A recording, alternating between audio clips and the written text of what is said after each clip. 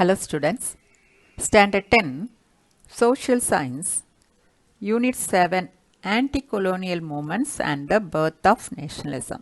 So 7th unit தான் பார்த்துக்கிட்டே இருக்கோம். இதில் 7.2 less C, Suppression of Rebellion. So British வந்து எப்படி இந்த rebellion 1857 rebellion எப்படி அடக்குனாங்க அதை பற்றி தான் பார்க்க போகிறோம். By the beginning of June 1857, the Delhi, Meerut, Rohilkhand, Agra, Allahabad and Banaras divisions of the army had been restored to British control and placed under martial law. So 1857 June உடைய beginningல Delhi, Meerut,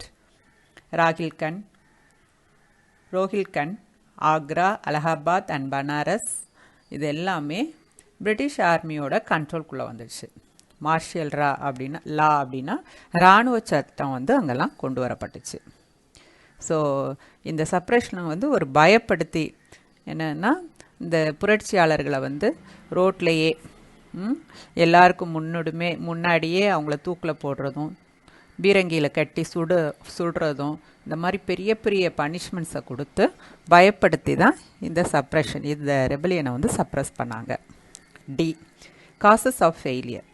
so இந்த rebellion fail ஆனதுக்கு 1857 great rebellion ஃபெயிலியருக்கு என்ன காரணம் இதெல்லாம் பார்க்க போகிறோம். There is hardly any evidence to prove that the rebellion of 1857 was organized and planned. It was spontaneous.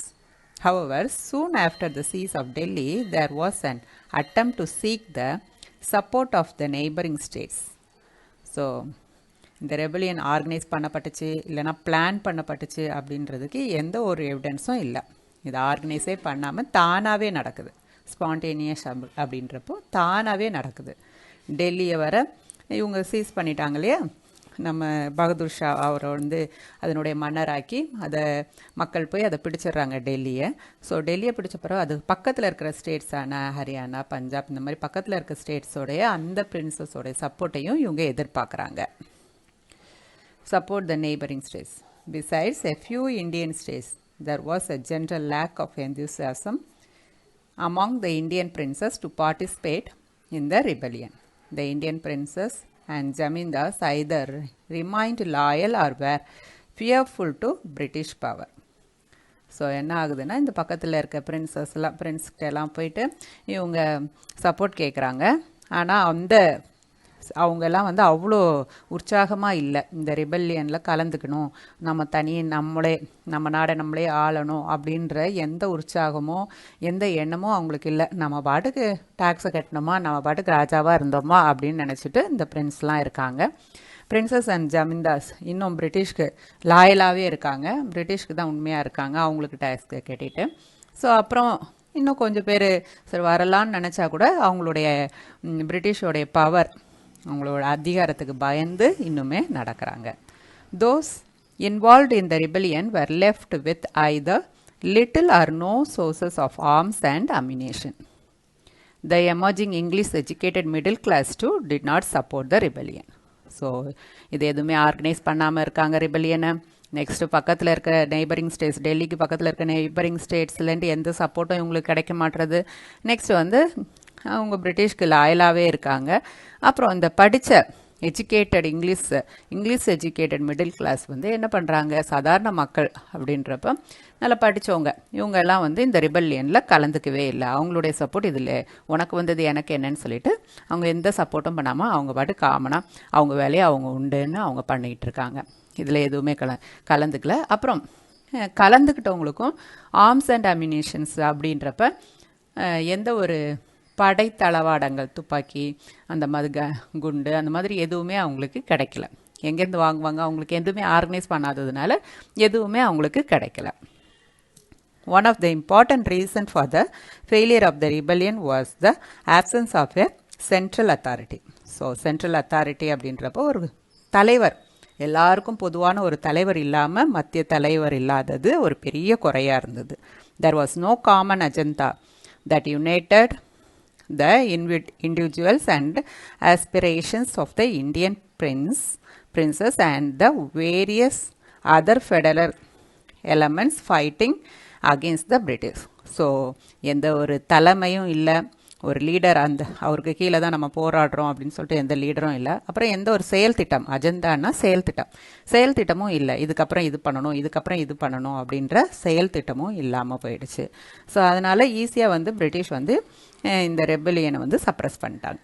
இந்த end of rebellion was brutally suppressed by the British army.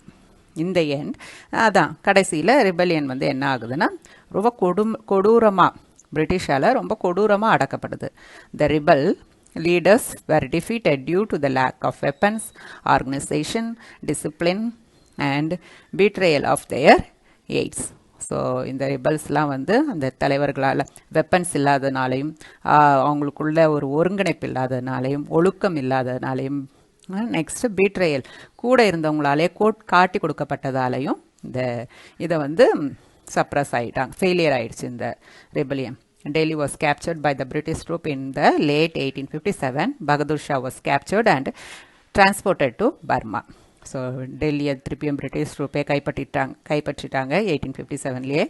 அப்புறம் பகதூர் ஷா அதனுடைய மன்னராக அறிவித்தாங்களே, அவரை வந்து பர்மாவுக்கு நாடு கடத்திடுறாங்க.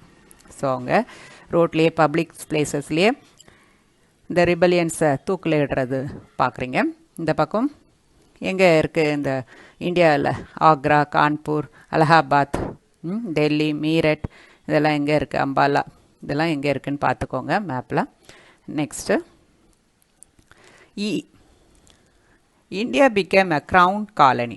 ஸோ பிரிட்டிஷோடைய அங்கே அரசர் தான், அங்கே தான் ராணி தான் ஆண்டுகிட்டு இருக்காங்க. அந்த அரசருக்கு கீழே இந்தியா வந்து போயிடுச்சு, அவங்களுடைய காலனியாக போயிடுச்சு. அவங்க நிறைய நாடை பிடிச்சி வச்சுருந்தாங்கள, அதில் ஒரு நாடாக இந்தியாவும் மாறிடுச்சு. The British parliament adopted the Indian government act in November 1858 and India was pronounced as one of the many crown colonies to be directly governed by the parliament. The responsibility was given to a member of the cabinet designated as the Secretary of the State for India. British Parliament 1858 நவம்பரில் Indian government act அப்படின்ற ஒரு சட்டத்தை கொண்டு வராங்க. British பார்லிமெண்ட்டில் கொண்டு வராங்க. Indian government act அப்படின்றத 1858 நவம்பரில் கொண்டு வராங்க. இதில் என்ன சொல்கிறாங்கன்னா, பிரிட்டிஷ்க்கு நிறைய காலனிஸ் இருக்குது, அதே மாதிரி ஒரு காலனி தான் இந்தியாவும். பிரிட்டிஷ் கீழே தான் இவ்வளோ நாள் ஈஸ்ட் இந்தியா கம்பெனியில் அவங்களுடைய வருமானத்துக்கு வேண்டி ஏதாவது ஒரு பிஸ்னஸை பண்ணிகிட்டு இருந்தாங்க. இங்கேருந்து வாங்குறதும் அங்கே கொண்டு போய் விற்கிறதும், அங்கே செய்கிறத இங்கே கொண்டு வந்து விற்கிறதுமா இந்த பிஸ்னஸ் பண்ணிகிட்டு இருந்தாங்க. இப்போ என்ன ஆயிடுச்சு, ஒரு அரசருக்கு கீழே போயிடுச்சு, பிரிட்டிஷோடைய அட்மினிஸ்ட்ரேஷன் கீழே இந்தியா போயிடுச்சு. ஸோ இப்போ அவங்க தான் இந்தியாவை ஆள்றாங்க. இந்தியாவும் ஒரு காலனி அப்படின்னு அறிவிச்சிட்டாங்க. பார்லிமெண்ட்டுடைய அந்த பிரிட்டிஷ் பார்லிமெண்ட்டுடைய கேபினெட் மெம்பர் அவர் தான் என்ன பண்ணுறாரு, இந்தியாவோட செக்ரட்டரியாக அப்பாயின்மெண்ட் பண்ணுறாரு. அவர் தான் இந்தியாவை பார்த்துக்கிறார். Next changes in the administration. So அட்மினிஸ்ட்ரேஷனில் இருக்க சேஞ்சஸ் எல்லாம் பார்க்கலாம். British rule and its policies underwent a major overhaul after 1857. So ஒரு 1857க்கு மேலே இந்தியாவை ஆள்றதுக்கு பிரிட்டிஷோட ரூல், அவங்க இது வரைக்கும் ஆட்சி பண்ண மெத்தடும் இதுக்கப்புறம் 1857 இந்த கிரேட் ரிபலியனுக்கு அப்புறமா அவங்க ஆட்சி பண்ணுறதும் வித்தியாசமாக இருந்தது. ரொம்ப டிஃப்ரெண்ட் இருந்தது. British followed a cautious approach to the issue of the social reform. So இங்கே இருக்கிற சோஷியல் ரிஃபார்ம், சமூக சீர்திருத்தங்கள்லாம் வந்து ரொம்ப எச்சரிக்கையாக அவங்க அப்ரோச் பண்ணாங்க. யார், பிரிட்டிஷ் வந்து இந்தியாவில் இருக்கிற இந்த சோஷியல் ரிஃபார்ம்ஸ் அதிலெல்லாம் கை வைக்கும்போது ரொம்ப எச்சரிக்கையாக பண்ணுறாங்க. காஷியஸ் அப்படின்றப்ப ரொம்ப எச்சரிக்கையாக பண்ணுறாங்க. Queen Victoria proclaimed to the Indian people that the British would not interfere in traditional institutions and religious matters. So queen Victoria சொல்லிடுறாங்க, உங்களுடைய ட்ரெடிஷன் இன்ஸ்டிடியூஷன்ஸ்லையும் ரிலீஜியஸ் மேட்டர்ஸ்லையும் நாங்கள் தலையிட மாட்டோம், சரிங்களா? எங்களுக்கு வியாபாரம், டேக்ஸு இதெல்லாம் தான். அதனால் உங்களுடைய நீங்கள் யாரை வேணால் கும்பிட்டுக்கோங்க, எது வேணால் பண்ணிக்கோங்க. அப்புறம் எப்படி எந்த ஒரு மெத்தடையும் ஃபாலோ பண்ணிக்கோங்க, உங்களுடைய ட்ரெடிஷன் பழமையை ஃபாலோ பண்ணாலும் சரி, புதுமையை ஃபாலோ பண்ணாலும் சரி, அதிலெல்லாம் நாங்கள் தலையிட மாட்டோம் அப்படின்னு சொல்லிடுறாங்க. It was promised that Indians would be observed in government services. So இந்தியன்ஸை வந்து கவர்மெண்ட் சர்வீசஸ்லையும் கவர்மெண்ட் ஆஃபீஸ்லையும் வேலைக்கு எடுத்துப்போம் அப்படின்னு சொல்கிறாங்க. two significant changes were made to the structure of the Indian Army. So Indian Army ல இப்போ ரெண்டு மேஜர் ஸ்ட்ரக்சரை மாற்றுறாங்க. ரெண்டு முக்கியமான சிக்னிஃபிகண்ட் அப்படின்றப்போ ரொம்ப இம்பார்ட்டன்ட் சேஞ்ச் பண்ணுறாங்க. அது என்னென்னா the number of Indians was significantly reduced. அந்த இந்தியன் ஆர்மியில் இருந்தக்கூடிய இந்திய விவசாயிகள் தானே நிறைய இந்தியன் ஆர்மியில் சோல்ஜர்ஸாக இருந்தாங்க. அந்த ஆர்மியில் இருந்த எண்ணிக்கையை குறைக்கிறாங்க. அதில் இருக்க ஆர்மியில் வேலை செய்தவங்களெல்லாம் கம்மி பண்ணுறாங்க. இந்தியன்ஸை கம்மி பண்ணுறாங்க. Indians were restrained from holding important ranks and positions. So important ranks மிலிட்ரியில் இது வரைக்கும் ஏதாவது பண்ணிகிட்டு இருந்தாங்க அப்படின்னு சொன்னால் அந்த ரேங்க்லேருந்து இறக்குறாங்க, இல்லை அந்த ரேங்க்கை கொடுக்காமலே போகிறாங்க. The British took control of the artillery and shifted their recruiting effort to regions and communities that remained loyal during 1857. So இவங்க என்ன பண்ணுறாங்க, பிரிட்டிஷ் வந்து காலாட்படை மொத்தத்தையும் ஆர்ட்டிலரி அப்படின்றப்போ காலாட்படை மொத்தையும் அவங்க கண்ட்ரோல்குள்ளே எடுத்துக்கிறாங்க. நெக்ஸ்ட்டு அதில் இந்த 1857 ரிவால்ட்டில் யாரெல்லாம் பிரிட்டிஷ்க்கு லாயலாக இருந்தாங்களோ உண்மையாக இருந்தாங்களோ அவங்கள மட்டும்தான் வேலைக்கு வச்சுக்கிறாங்க.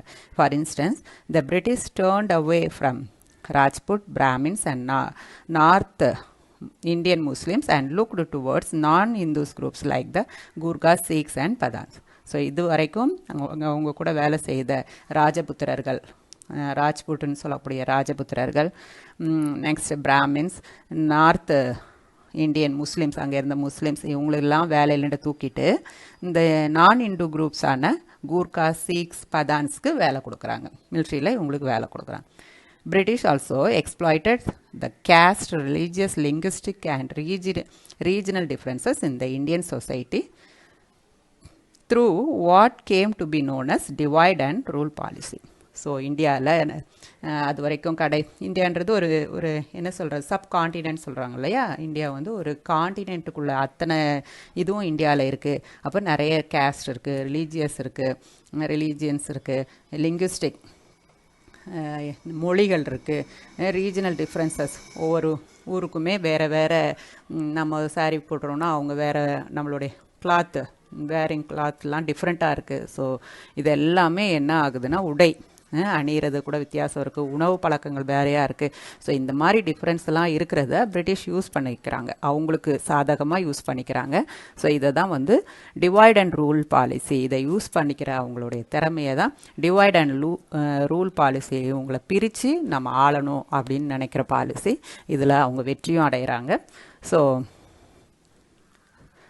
எப்படி இந்த 1857 வந்து ஃபெயிலியர், அந்த பெரிய ரிவால்ட், அப்போயே நம்மளுக்கு இண்டிபெண்டன்ஸ் கிடைச்சிருக்க வேண்டியது, அதை எப்படி சப்ரஸ் பண்ணாங்க, அதனுடைய ஃபெயிலியர் எப்படி அப்படின்றத இன்றைக்கி பார்த்தோம். ஓகே ஸ்டூடெண்ட்ஸ், நெக்ஸ்ட்டில் 7.3 பார்க்கலாம். ஓகேங்களா, 7.2 இன்னையோட முடிஞ்சிடுச்சு. Okay students, thank you.